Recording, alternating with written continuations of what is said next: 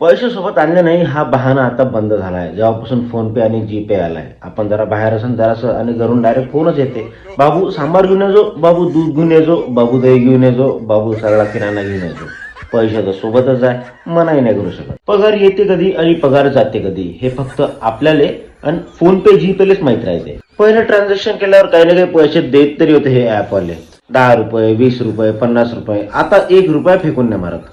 पहिले लोक खिशात पैसे नसन तर फाटका खिसा दाखवत होते, आता डायरेक्ट स्क्रीनशॉट काढून पाठवते. तुमच्या ऍपच्या ट्रान्झॅक्शन हिस्ट्रीमध्ये जा, तिथं फक्त तुम्हाला पैसे डेबिट झाल्याचेच माहित पडेल.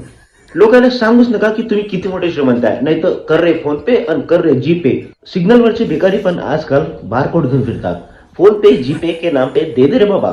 कधी कधी एखाद्या मित्राला खरंच इमर्जन्सी असते, आपण त्याला पैसे ट्रान्सफर पण करून टाकतो, पण इमर्जन्सीच्या नावावर 200, 500, 100 मागणारे मित्र लोक 24 तास ऑनलाईन असतात. माझ्या एका मित्राचा दिवसातून मला 4 वेळा फोन येते, तो 4 वेळा मला फक्त 12 रुपये मागते.